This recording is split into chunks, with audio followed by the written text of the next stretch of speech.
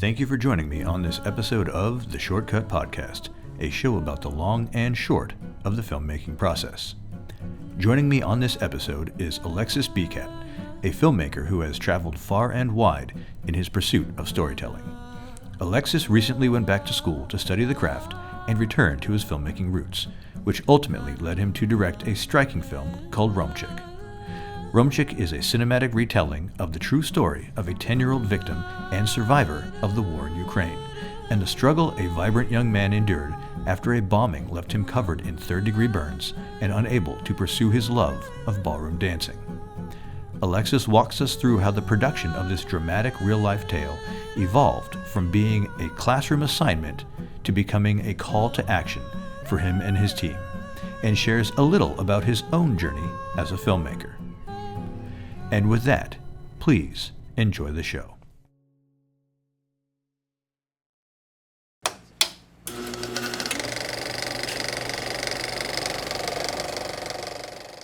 Good Lord. Red lights on? Perfect. All right. Well, we'll jump right in here. Thank you for joining us again. Welcome back to the podcast.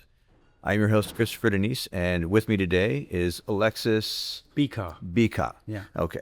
Thank you for joining us. You're welcome. Alexis is the... Oh my God, I have my phone on. Terrible. Unprofessional. I'll do the same thing. Sorry about that. Okay. Let's gloss over that. It's a perfect way to start a podcast.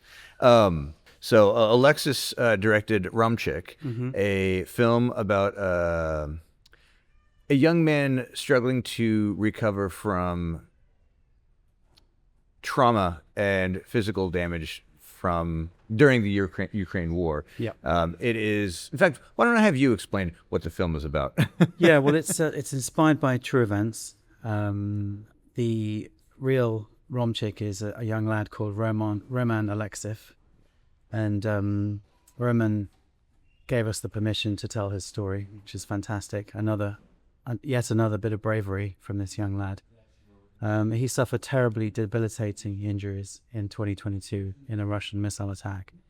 In the same attack, he also lost his mother, and he quite literally had to decide to live in that moment, to crawl out of there, literally, over burning rubble. Yeah. Have a brief moment to say goodbye to his mother, and learn to walk again, and finally learn to ballroom dance again. Yeah, it's. I will say, from having watched it, thank you for that screener, by the way. It was fantastic. It was the last thing I did before I went to bed was put that on and enjoyed it. It seemed, if you watch through the credits, you see actual footage and images from the real boy, and you guys, I gotta say, you guys did an incredible job of being true to life with your representation of him and what he appears to have gone through. That is, I've had a couple little burns in my life, but I mean that young man has and probably still is going through an incredible journey to recovery from that. I think we talked about this a little bit last night. What compelled you guys to do that story? Well, it's actually a terribly boring answer to that question. We had about 20 pitches. We're studying at university, and we had about 50 or 60 students in the core filmmaking department, and we voted on 8 of the stories, and that happened to be one of the stories. It's from a newspaper article. Okay. Yeah. Were all the stories about real life situations? No, there was a whole range of stories. Lots of original material as well. I think, from memory, this is one of only 2 real life stories. Okay. What was the journey like? I know that you are in university, and I think you mentioned something about a lot of your classmates were younger and maybe more concerned with grades and things like that. And it sounded like there was No, I don't think so. I mean, what I think is that they I meant more concerned with grades than you were. Yeah, well, there's that, because I was a mature student, so I was there for making movies, primarily, for sure, and that's what we did. And but one thing I can tell you about this film and making this film is that we all just knew that the film would always be bigger than any of us. Yeah. I think what I was trying to explain last night is that usually you have you're worried about your grades, Right. but this time I cannot think of anyone who didn't pour their heart and soul into making the movie. Yeah. And I think we all knew that no matter what, if we got it, well, hopefully we got it right. Yeah. But if we got it right, then it would grow and become something bigger than, anything like grades or whatever. Yeah. I mean, it's a story of humanity and struggle and trauma. And one of the things I found very interesting watching through is you had to have a young man come in and play this character, and I felt that it was an extremely authentic performance. It felt like this was Romchik. And how did you cast? Ilya Bondarenko is the lad you're referring to. We found a Ukrainian dance company in England. We had a wonderful choreographer called Olga Baboshko, and she brought these amazing kids who were all wonderful at dancing. Yeah. She's an amazing choreographer. It's very funny. She's very strict with them, as you might imagine. A choreographer to be and a teacher. Yeah. And it made. Everyone always says don't work with animals or children. Yep. And I knew quite early on that what I was going to do is use Olga to choreograph all the scenes, even the scenes which didn't have dancing in, because I knew that you've instantly got people who can hit marks, and because they're going to be doing a routine. So we basically choreographed even the scenes that didn't have dancing, and that was extremely helpful. But Ilya's wonderful. He was great, and he's a non-actor. Well, he is now an actor, of course. Yeah. But that was his first rodeo. Very cool. I guess almost side note here. Did you end up getting to meet the real Romchik? Yeah, I did. And that's quite interesting. It's because of course you expect to meet someone who's like a superhuman person, and of course he's showed extraordinary bravery and extraordinary strength and courage, and what he's achieved physically and mentally just to get through everything is way beyond what you might think a normal person is capable of. But the most powerful thing about meeting him is he's been to hell and back, right? And the most powerful thing about meeting him is he's just a kid. And that really floors you, because you meet this guy and you're like, wow, he's a 9-year-old boy. He's not 9 anymore, but and it floors you, completely floors you. So let's get back to the filmmaking, or walk back there. How did you, as this was a class project, how did you become director? We basically got allocated. So there's no real choice involved. We all kind of some of the directors pitched ideas that were voted for, so they got to direct their own ideas. Gotcha. And some of the producers pitched ideas that they liked, and so directors got put with those producers. So it's very straightforward. Yeah. Okay. So there was no voting. No, not really. No, there's no choice really. They had to work with whoever was allocated. Gotcha. How long did this take to make? There was a lot that went into it. There's a lot of makeup effects for the young man, and I think that mask that's created for him. What was the process like, as far as the film was 183 days. Well, I was allocated from the day I was allocated until the last day of the sound mix was 183 days. Okay. And the shoot was 5 days. Okay. And the mask was, it's a pretty extraordinary producing task. Yeah. What's gone on here? The two producers worked day and night to get all manner of aspects together, because of course we're on a really low budget. We had a £5,000 from the college, which is about $6,500 maybe. Yeah. And then we managed to kickstart a campaign, and they've raised about £8,000, which is about 10,000 US, I think. So it's a very low budget. And so yeah, it for really, what you're doing, it really yeah. is, and it goes really fast. Yeah. And so the mask was like, I mean, last minute as well. I mean, it's like really getting it together, and yet another Herculean task accomplished by the producers, basically.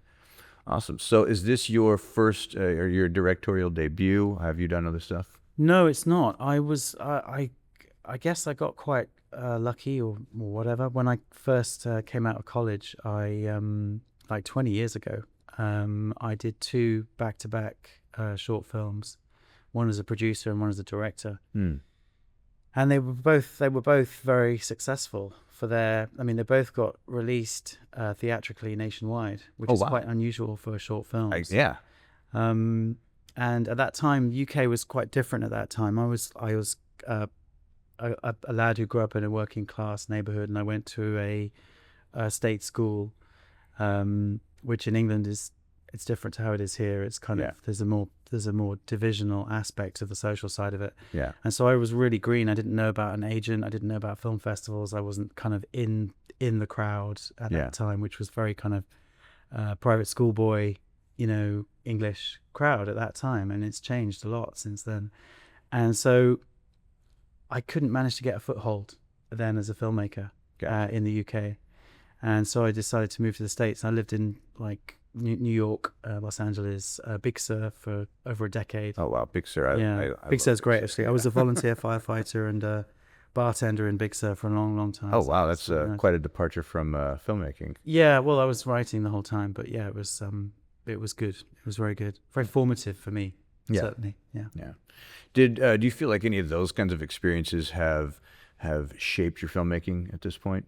Yeah, they have, of course. I think for going back to Romchik, because that's the key thing here. Yeah. And I was talking about this to Marcella. Marcella is the festival programmer, as you know. Yeah. Festival coordinator.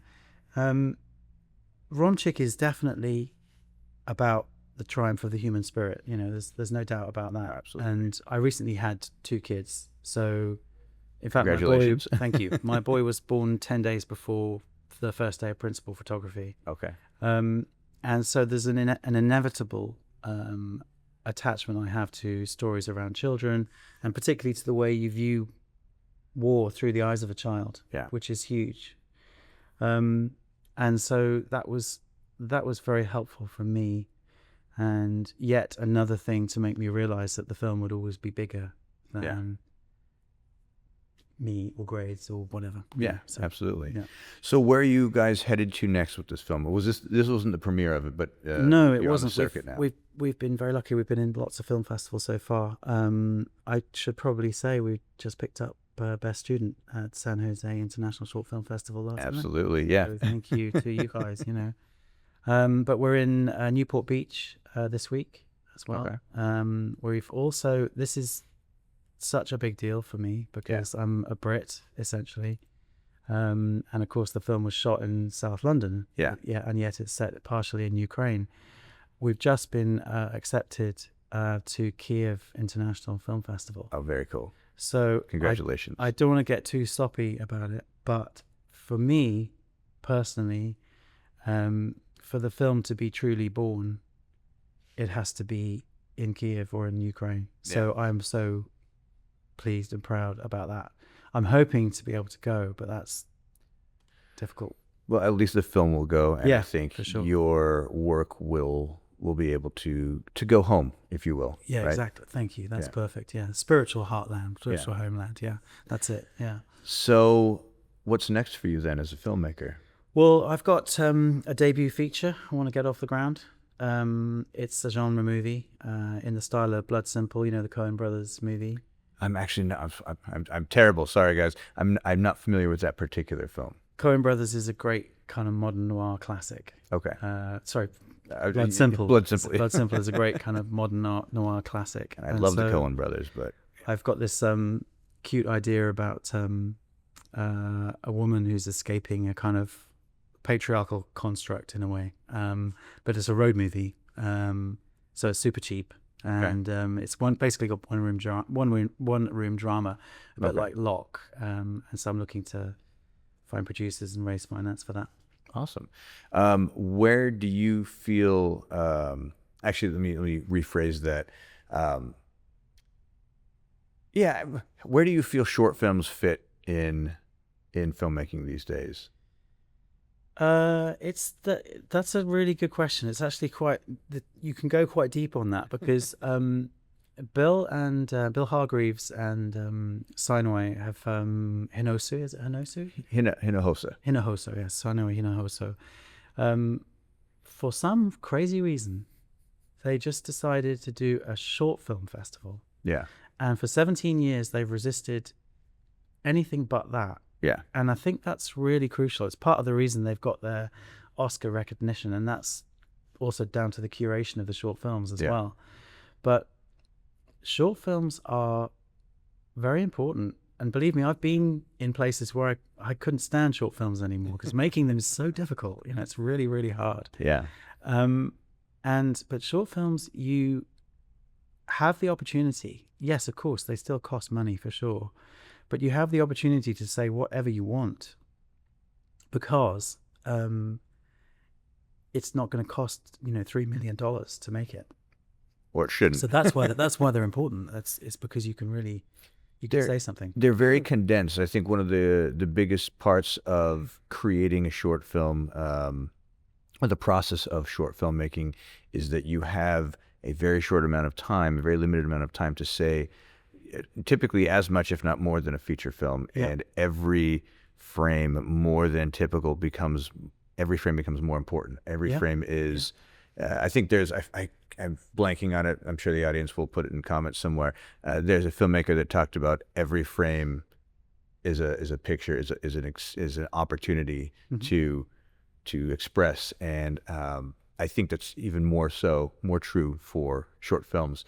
I think it's one of the reasons that I'm drawn to them, and I really love this film festival, to be perfectly frank, because I can sit down for an hour and a half or 2 hours and get so much more. I get so many different slices of life, different filmmakers' perspectives, because they're all 15 minutes or 20 minutes or 8 minutes long. And if I go to the theater, and I do enjoy going to the theater and watching feature films, but if I go there, I'm watching one filmmaker's vision, one perspective for 2 hours. Yep. Right. Yeah. And I think I'm just taking it back to Roman's story again one more time. Yeah, absolutely. One of the great things about short films is that, again, as I said, you can say things, you can maybe even have a nuanced point that you're making, which is very difficult in our society with the way our media is, to make a nuanced point about anything. Yeah. And so, like I said, Romchik is about the triumph of the human spirit. It's about seeing the war through the eyes of a child, of course. But there is a political aspect to it as well, because, of course, you think about why this is all happening. Yeah. And you think about, why is this civilian involved in this? Yeah. Why is this child involved in this? And, some of my ancestors are from Chechnya, and in the first and second wars in Chechnya, which were also perpetrated by the same guy who's in charge now in Russia, around 4,800 Chechen rebels were killed. Yeah. But in those same two wars, over 2 decades, 35,000 children were killed. That's a conservative estimate. Yeah. So this guy wages war in the mind. He tries to demoralize. Yeah. And he knows exactly what he's doing. Yeah. So for me, there's an aspect to it which is nuanced, which is get off the fence, get on the right side of history. Yeah. Look at what's happening. Yeah. Don't let us tell you. Don't let us lead you. Just observe, Yeah. Is this someone you want to get into bed with? Yeah. Well, so, that's one of the things that I think I really liked about your film specifically, was it wasn't as much as it's about the consequences of the war. It's not about the war itself. It was about, and I guess that is literally it is. It's about what happens afterwards. Yeah. It's progressive. It's hopeful. Yeah. That's the main. I agree, and that should always be the main message. You walked us through a story and a bite-sized, well, no, sorry, a piece of someone's life, a slice of someone's life, and that to me tells us much more. The aftermath of the violence is even more telling than the violence itself sometimes. So yeah, for sure. Well, I don't want to keep you too long. Why don't we wrap it up? Is there anything else you'd like to say to our audience or talk about the festival, your experience here? Just a big thank you to San Jose International Short Film Festival, of course, on behalf of the cast and crew. This is, some of us get to stand in front of a microphone and in front of a camera and say things about the movie, but the people here who are really important is our cast, our crew, our supporters. Yeah. Roman and his father Yaroslav, who let us tell the story. And the story. Yeah. That's the main thing here. So I'm just very grateful to be able to facilitate the work of my peers, and I'm very, very proud of what we've accomplished. Well, I'm pleased to have had you here. I'm extremely excited I got to watch that, pleased that I got to watch that film, and I look forward to what's coming from you next. Great, Chris. Awesome. Thank you, Thank mate. you so much. Cheers. We'll see you next time, folks.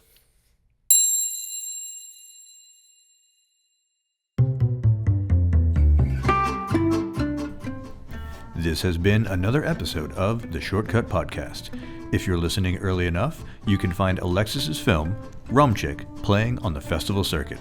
And if it's been a while since you tuned in, you may instead be looking for his debut feature film in theaters or on your favorite streaming platform.